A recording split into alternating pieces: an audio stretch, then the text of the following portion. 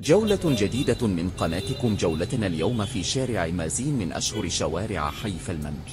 من هو طمازين؟ منذ إنشاء بوغاز الإسكندرية في عهد محمد تولى أمره حوالي 5 عائلات، وهم طمازين هانو خطاب عبد الوهاب. الإخوة عملهم مرشدين لاستيراد السفن من عرض البحر إلى أرصفة ميناء الإسكندرية.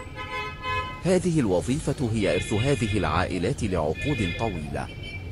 كان عميد البوغاز المرشدين في فترة العشرينيات والثلاثينات والأربعينات هو المرحوم الحج محمد طمازين جد والدتي المرحومة، وأطلق على هذا الشارع في أواخر الخمسينات بدلا من اسمه الإنجليزي روتاكر. وكان هذا الشارع في الماضي هادئا للغاية، وكل الفلات تسكنها عائلات منهم الترهوني وطه ياسين والصهريجي ودرويش. جولتنا اليوم في